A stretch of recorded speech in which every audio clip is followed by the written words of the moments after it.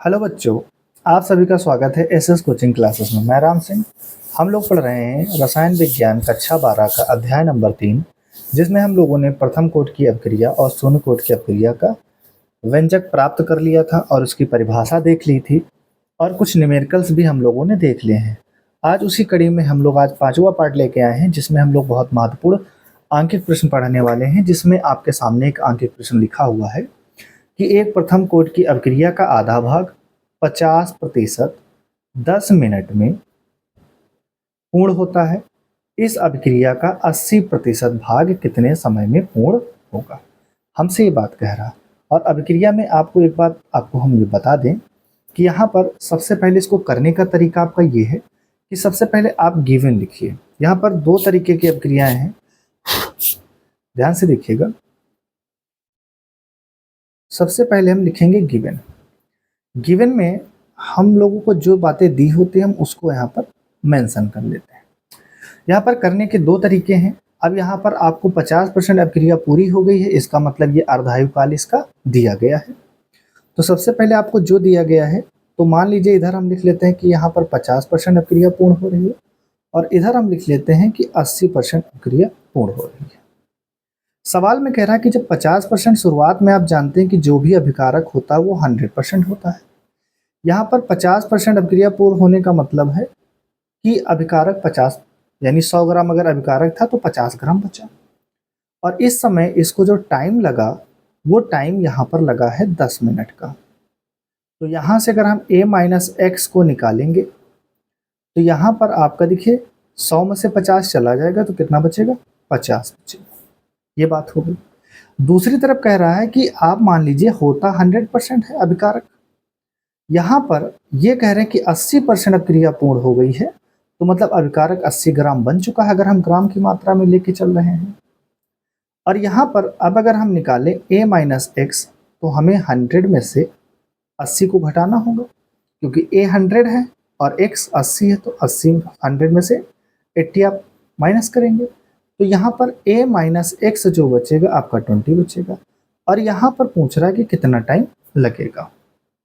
ये बात है। तो ये सवाल उसी तरीके से है जो हम पिछले सवाल लगा के आए हैं। लगाने के दो तरीके हैं। हम लोग इस तरीके से लगाएंगे तो हमें आसानी पड़ेगी। यहाँ पर देखिए, पहले अगर हम 50% अभिक्रिया के लिए समीकरण बनाएं तो आप जानते हैं कि k बराबर, तो यहाँ पर आप लिख दीजिएगा कि प्रथम कोटि अभिक्रिया। तो ये प्रथम कोटि अभिक्रिया है। यहाँ पर k बराबर फार्मूला होता है 2.303 और नीचे t, और यहाँ पर आपको लिखना होगा log बेस 10 और a upon a minus x, ये फार्मूला होता है। यहाँ पर अगर हम k की वैल्यू को निकालना चाहें तो 2.303 और बटे इस अभिक्रिया में टाइम कितना लग रहा है, 10। यहाँ पर ये हो जाएगा log बेस 10 और यहाँ पर a की वैल्यू 100 है और a माइनस एक्स बेटा कितना है, 50 है। 50 1 जा 50, 52 जा 100। तो यहाँ पर k की जो वैल्यू हमारे पास आएगी 2.303 और ये 10, और यहाँ पर हमारे पास आ गया log बेस 10 और ये 2। log बेस 10 2 की वैल्यू आपको हमने कल भी बताई थी। हमने कहा था 1 से लेकर 10 तक याद कर लीजिए। 2.303 और बटे 10 और इनटू ये आपका होता है 0.3010, इतना होता है। इसको आप समीकरण 1 मान लीजिए, ठीक है। इसी तरह से इसके लिए समीकरण 2 बनाओगे तो यहाँ पर आपका बनेगा, से करके लिख लो तो दोनों में ये यूज हो जाएगा। तो k बराबर 2.303 और यहाँ पर हमें इस टाइम को निकालना है। इस टाइम को हमको यहाँ पर निकालना है। अच्छा, इस टाइम को t1 मान लीजिए और इसको t2 मान लीजिए, कोई दिक्कत नहीं। t2 log बेस 10, a की वैल्यू 100 है और a माइनस एक्स जो आपका बेटा कितना है, 20 है। क्लियर है। अब यहाँ पर इसको सॉल्व करेंगे तो k बराबर आपका आ जाएगा 2.303 और ये t2 हमें निकालना है और ये हो जाएगा log बेस 10, 20 का नाम 20, 20 चक्को 100, log 4। और log 4 की जो वैल्यू होती है वो जल्दी से बताइए क्या होगी, तो के बराबर आपका आ जाएगा 2.303 बटे T2 और इनटू लॉग बेस 10। 4 की वैल्यू जल्दी से बताइए बेटा।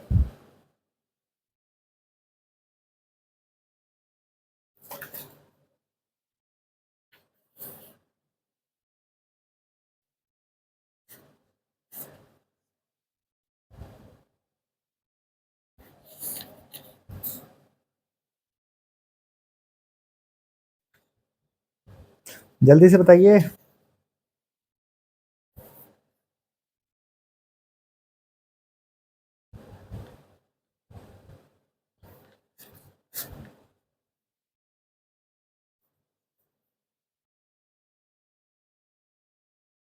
तो इसकी वैल्यू बेटा कितनी होती है? 0.6020। इसको आप मान लीजिए इक्वेशन नंबर 2। ठीक है, यहाँ पर देखिए के की वैल्यू और के की वैल्यू बराबर है, तो हम लिखेंगे समीकरण 1 व 2 से दोनों के मान बराबर, तो इनको लिख सकते हैं 2.303 बटे 10 इंटू 0.3010 बराबर 2.303 और बटे में बेटा आपका टाइम दिया है T2 और ये हो जाएगा 0.6020। इतनी बात बेटा समझ में? ये वैल्यू और ये वैल्यू सेम है, कट जाएगी। ये देखिए ये एक बार में कटेगा और ये 2 बार में कट जाएगा, क्योंकि 30 10 का 2 गुना 60 20 होता है। ठीक है बेटा, अब यहाँ पर हमारे पास बचा क्या? तो ऊपर हमारे पास बचा है 1/10 और इधर हमारे पास बचा है 2/T2।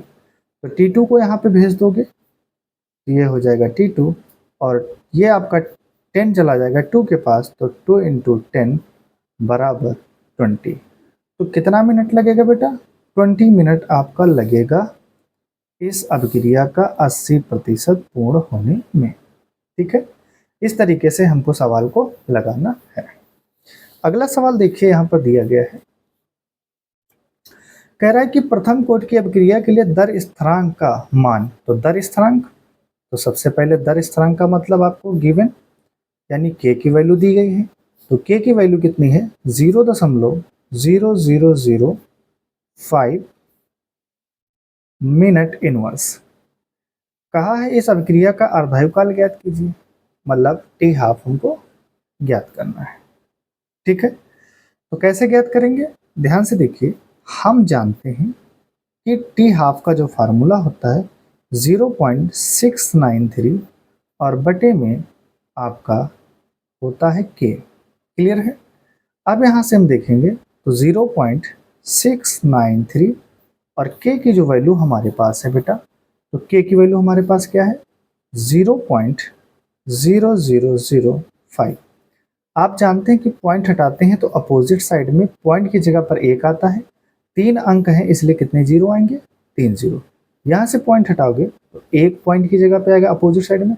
4 संख्याएं हैं तो कितने जीरो आएंगे? 4 जीरो। यहाँ से 3 जीरो कैंसिल आउट हो जाएंगे, तो ऊपर जो हमारे पास वैल्यू बचेगी वो हमारे पास बेटा क्या बचेगी?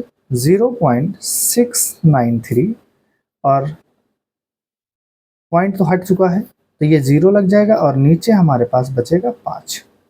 अब इस 5 से हमको बेटा 6930 को भाग देना है। 5 बन जाए 5, 1 बच जाएगा 19, 5 3 15, 4 बचेगा, 3 आ गया, तो 5 8 40, 3 बचा, 0 आ गया, 5 6 30, कुछ नहीं बचा। तो बेटा इसका अर्धायुकाल क्या होगा? तो इसका जो अर्धायुकाल होगा वो आपका आएगा 1386 मिनट। ये इसका अर्धायुकाल निकल के आ गया। इस तरीके से आपको सवालों को लगाना है। ठीक है, इसके ऊपर वाला सवाल भी आप ऐसे ही बना सकते थे, उसमें कोई दिक्कत नहीं है। तरीके आपको सभी पता होना चाहिए, अगर आप एक तरीका भूल जाए तो आप दूसरे तरीके से सवाल को बना सके। अगला क्वेश्चन है बेटा, एक प्रथम कोटि की अभिक्रिया का वेग स्थिरांक 6.93 × 10⁻³ मिनट इनवर्स है। अर्धआयुकाल ज्ञात करें। तो सबसे पहले आप लोग वही काम करिएगा। तो आप सबसे पहले लिखेंगे गिवन। तो गिवन में आपको दिया गया है k इक्वल टू, वेग स्थिरांक को k से लिखते हैं, 6.93 इंटू 10⁻³ मिनट इनवर्स, ये दिया गया है। आपको अर्धआयुकाल ज्ञात करना है। और इससे पहले जस्ट अभी हम एक सवाल करके आए हैं। तो अर्धआयुकाल का फार्मूला होता है हाफ टी बराबर 0.693 अपॉन में k। तो यहाँ पर ये अर्धआयुकाल निकालना है। तो 0.693 और k की वैल्यू आपको दी गई है 6.93 इंटू 10⁻³ क्लियर है। यहाँ से ये पॉइंट आप हटाएंगे तो नीचे कितना जीरो आ जाएगा, 3 जीरो। और यहाँ से पॉइंट हटाएंगे ऊपर बेटा कितना जीरो जाएगा, 2 जीरो चला जाएगा। 2 जीरो से 2 जीरो कैंसिल हो जाएगा। ठीक है। अभी यहाँ पर देखिए, यहाँ पे 10⁻1 बची है। तो यहाँ पर हम लिख सकते हैं 693 इंटू, ये पूरा का कट चुका है ये, अपॉन नीचे कितना बचा 693। और यहाँ पर देखिए ये पावर -3 है और ये पावर माइनस, यानी 10⁻1 है तो 3 में से 1 चला जाएगा तो 10⁻2 क्लियर है। यहाँ से पूरा का पूरा कैंसिल आउट हो जाएगा। तो ये पावर ऊपर जाएगी तो 10⁻2, क्योंकि निगेटिव तो पॉजिटिव बन जाएगी। और 10⁻2 का मतलब है कि आपको 100 मिनट हमें लगेंगे इसका आधा होने में। जो भी पदार्थ दिया उसको आधा होने में 100 मिनट का समय लगेगा। ठीक है। अब इसके बाद देखिए अगला सवाल है कि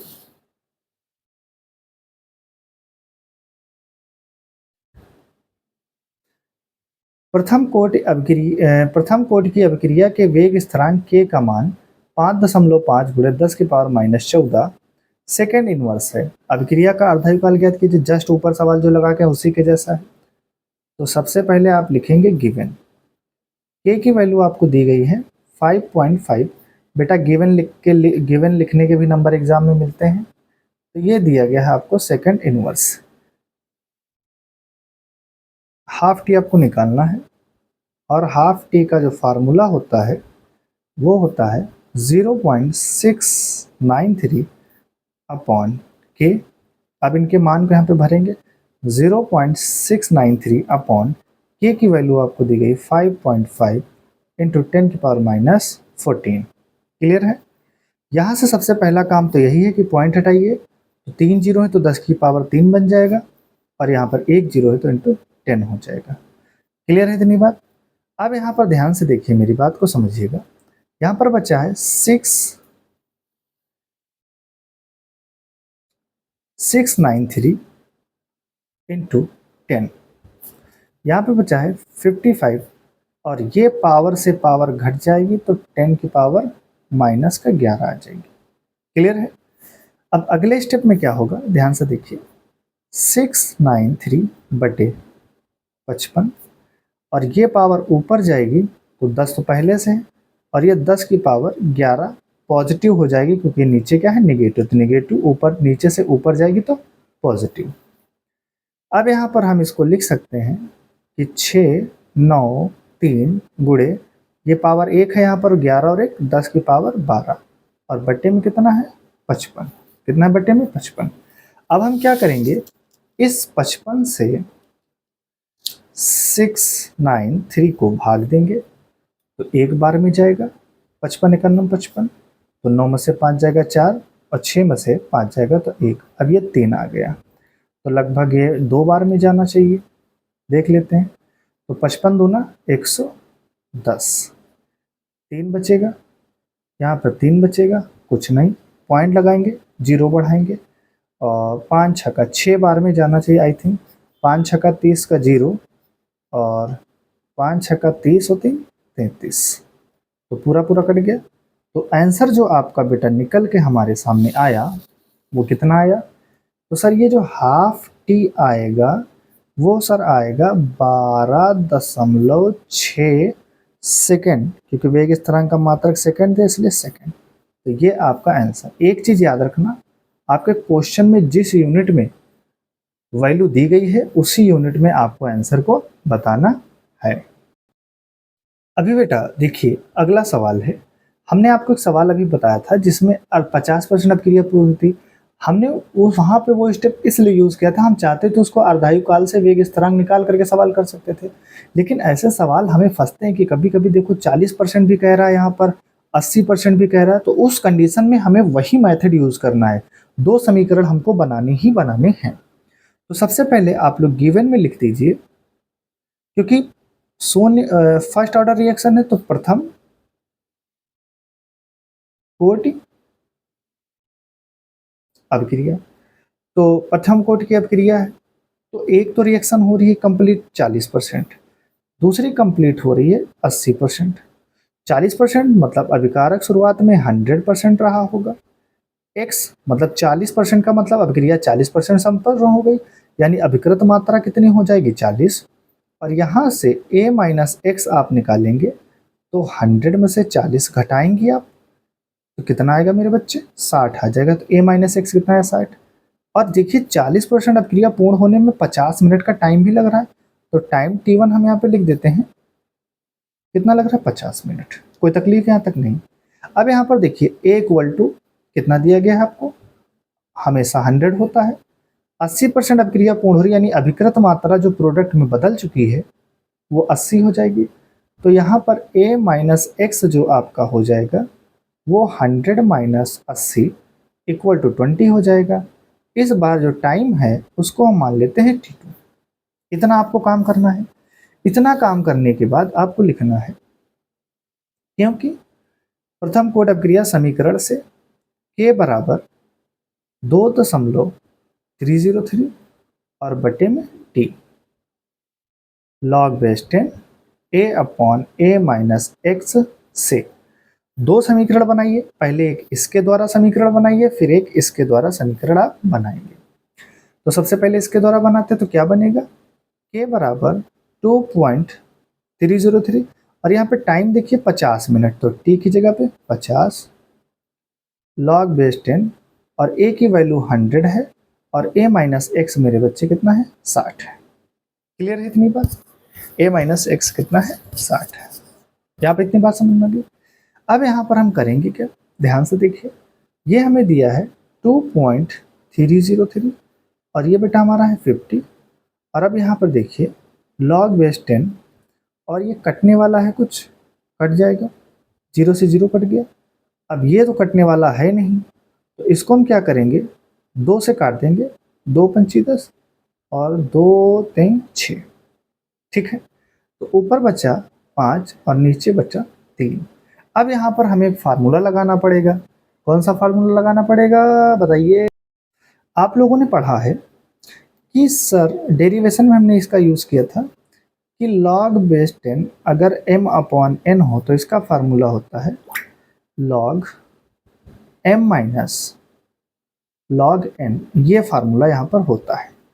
अगर हम इसको यहाँ पे अप्लाई करें तो ये हमारे पास क्या बनेगा, देखिए सवाल ऐसे एग्जाम में पूछे जाएंगे और इसको ध्यान से आप समझिए। पहले ये आपका m हो गया और ये आपका n, तो m अपॉन n है। तो पहले हम इसको शुरुआत वाली जो चीज़ें हैं k के बराबर उनको हम लिख लेते हैं,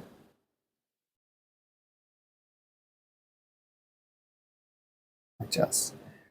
और अब यहाँ पर देखिए हम इसको लिख सकते हैं, क्या लिख सकते हैं, इसको हम लिख सकते हैं log base 10 5 minus log base 10 और ये 3, m माइनस n के केस में हमने लिख दिया।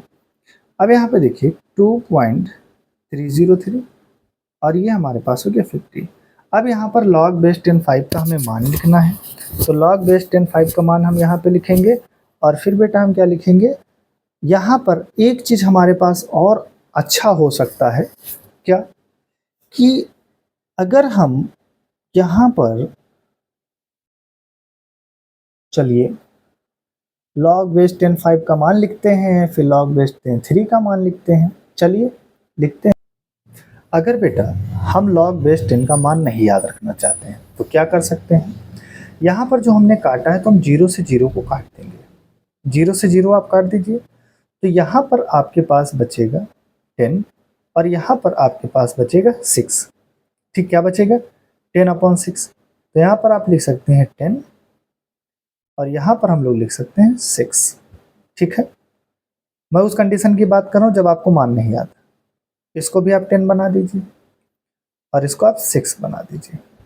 ठीक, यहाँ पर log बेस 10 का मान कितना होता है 1 और log 6 का जो मान बेटा होता है वो होता है 0.7782 ये मान होता है।